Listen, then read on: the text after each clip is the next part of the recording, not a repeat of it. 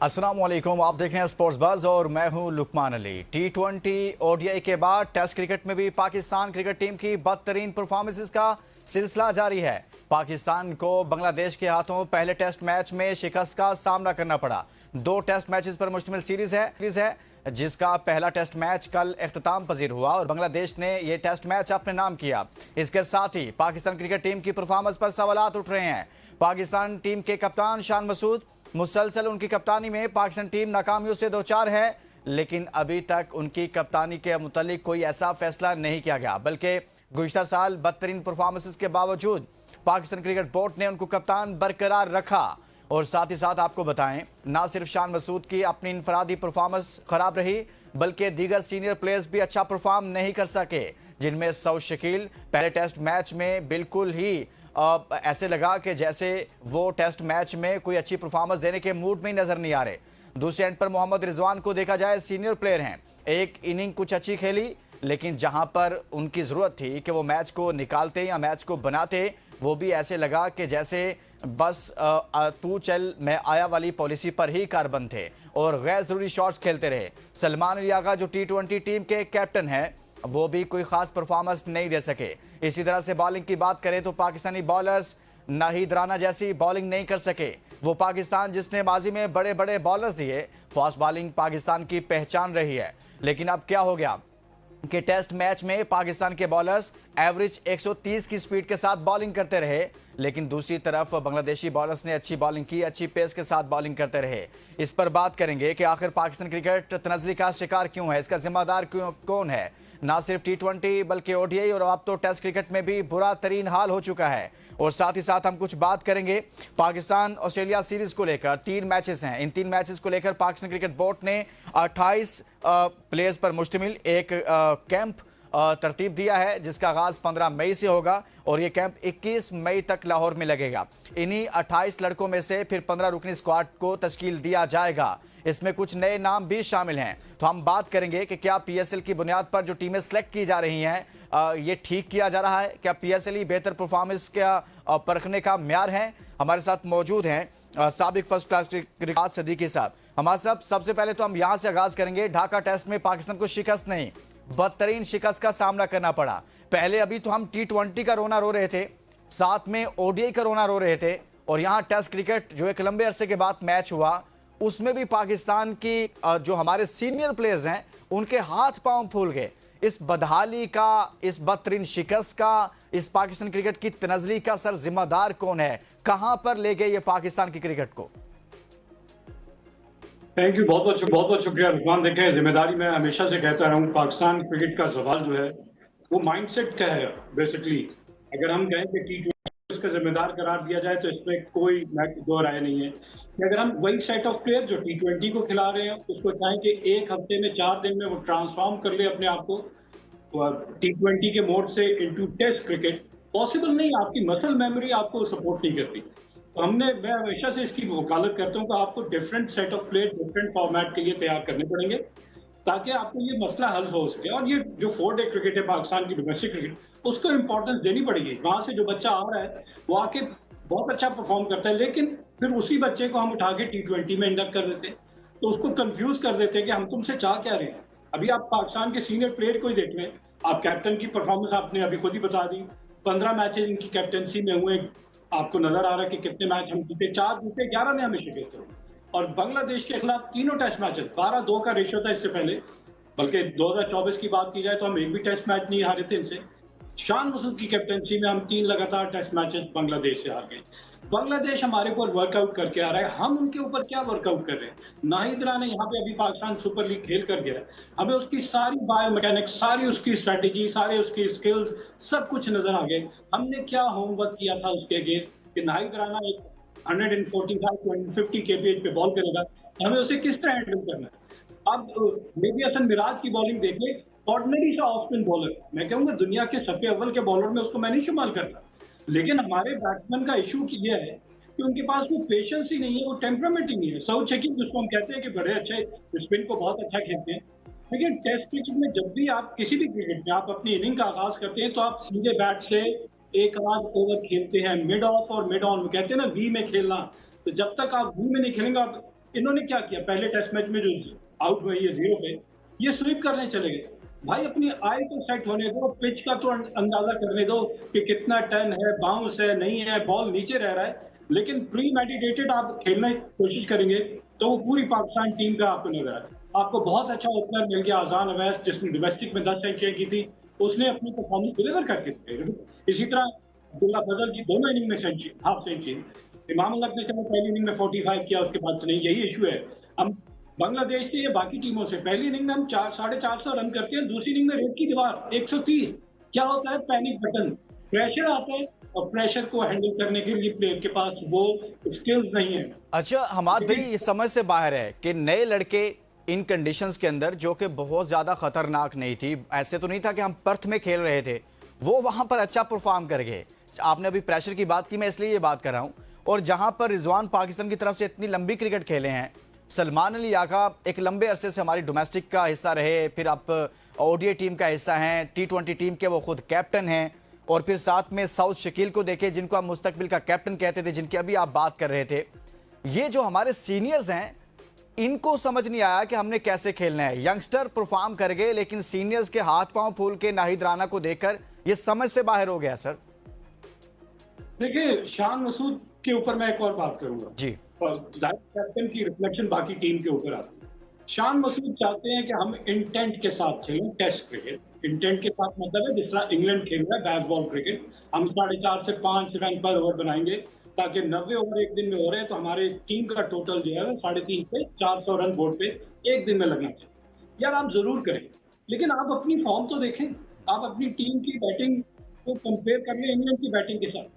क्या आपको ये अंदाज खेलने का सूट करता है? नहीं करता।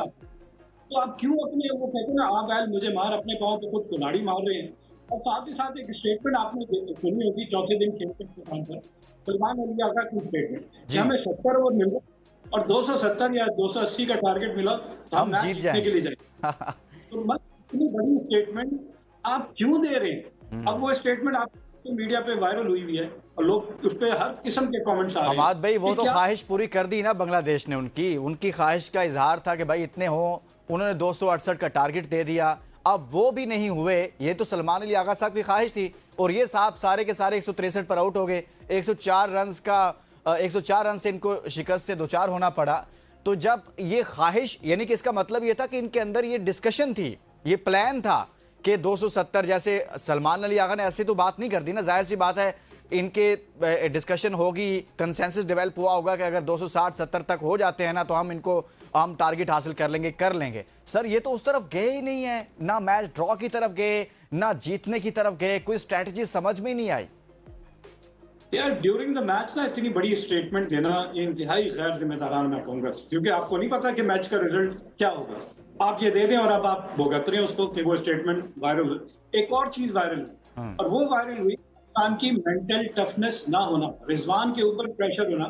लिटन दास विकेटों के पीछे बांग्लादेश के विकेट कीपिंग कर रहे हैं, और वो जो स्टंप माइक है उसने उनकी आवाज को कैद किया, वो ये कह रहे हैं कि इसके ऊपर प्रेशर है, इससे नहीं खेला जाएगा।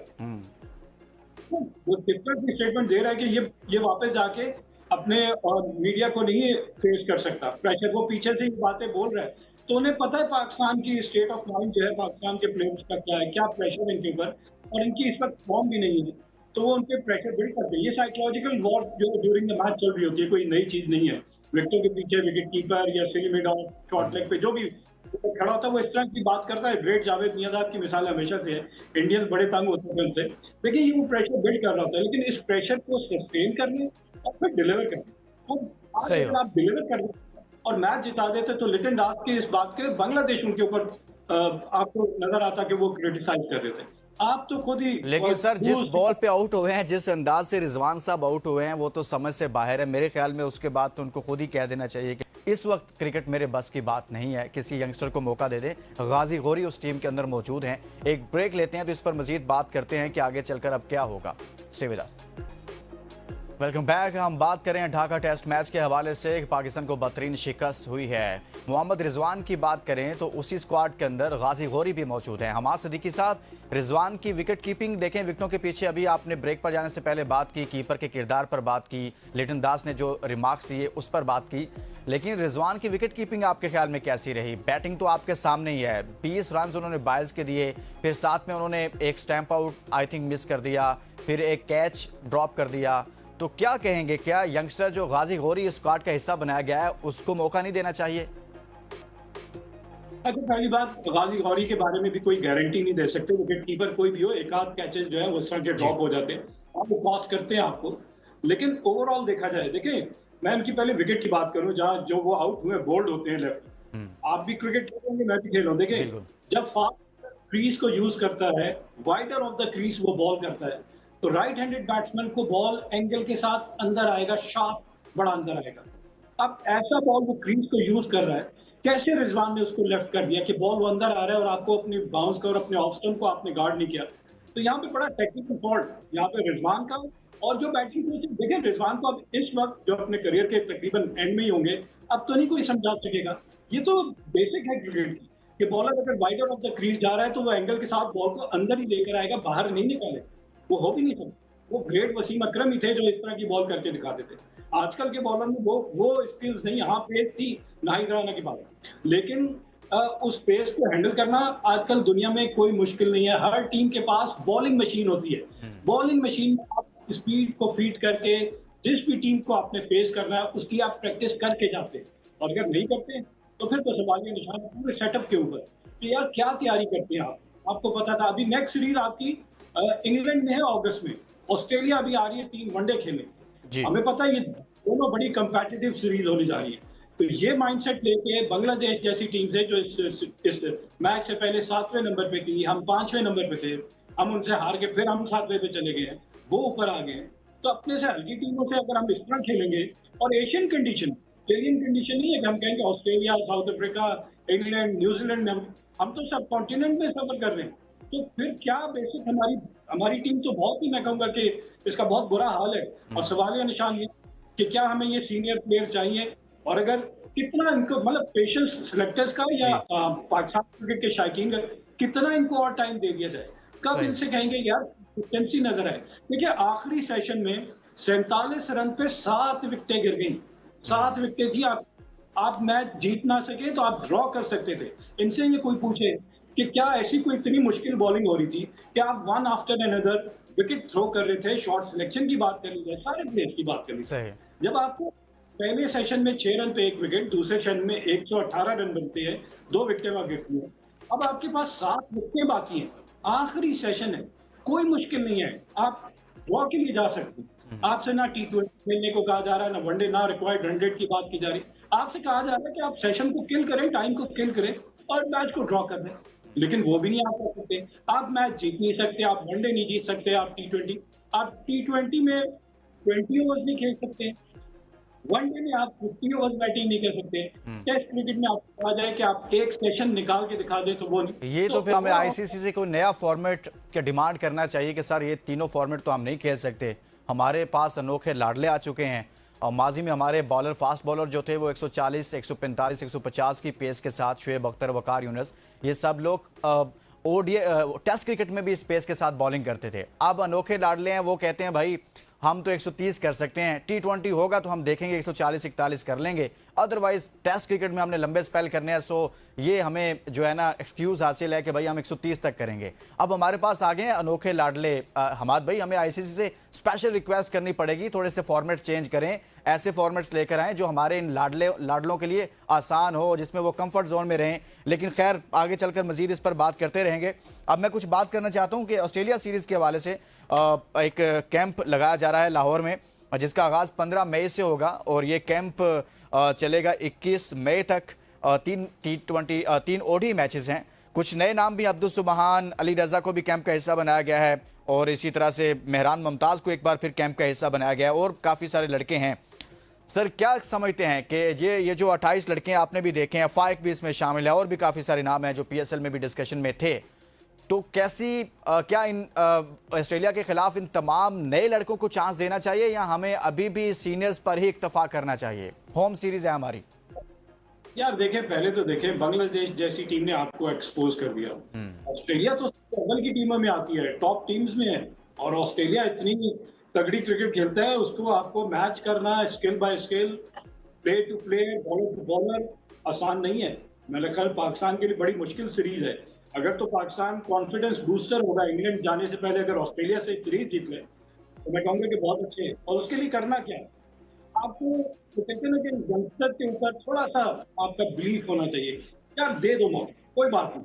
अली रजा को इधर बांग्लादेश आप खिला देते, पेस नहीं ना, नाहिद राना के मुकाबले में आप अली रजा को खिला देते, वेवर्ड होता, वहां विकेट लेता, लेकिन कम से कम आप एक पेस का वेपन होता। हमने पहली इनिंग में नाहिद राना को बड़े आराम से खेलिया, 104 रन उसके बॉलिंग पे बने 19 ओवर में, तो नजर आया उसको विकेट नहीं मिली। दूसरी इनिंग में पैनिक बटन देखिए, पाकिस्तान की टेस्ट क्रिकेट की जो पिछले 10 टेस्ट मैचेस आप देख लें, पहली इनिंग बड़ा अच्छा खेलते हैं, 400 रन कर गए, लेकिन दूसरी इनिंग में क्या होता, 130 करके आउट हो गए रावलपिंडी में।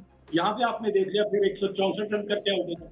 तो क्या प्रेशर है, मेंटली क्या हो क्या रहा है इस टीम के साथ कि वो दूसरी इनिंग में सस्टेन नहीं करते। ऑस्ट्रेलिया जैसी टीम देखिए, आपके ओपनर के ऊपर फ्रॉम बॉल 1 उन्होंने होमवर्क किया हुआ भी।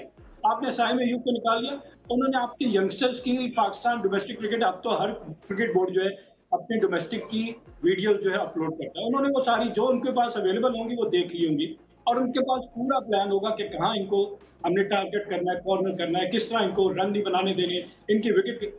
वही चीज क्या हम नहीं कर सकते? मुझसे मैं खुद ये सवाल अपने इस सेट ऑफ कोचेस से पूछता हूँ, यार ये रॉकेट साइंस तो नहीं है, आप भी उनके प्लेयर की वीडियोस निकाल लें, देख लें उनका वीकनेसेस कहाँ है, उनकी स्ट्रेंथ कहाँ है, और उसके हिसाब से अपनी स्ट्रेटेजी बनाएं।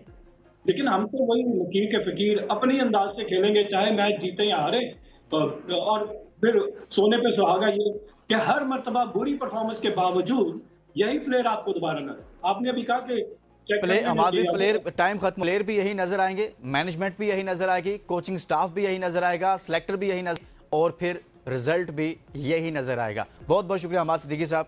इजाज़त दीजिए, पाकिस्तान क्रिकेट का हाल तो बहुत ही बदतरीन है। अल्लाह हाफिज़।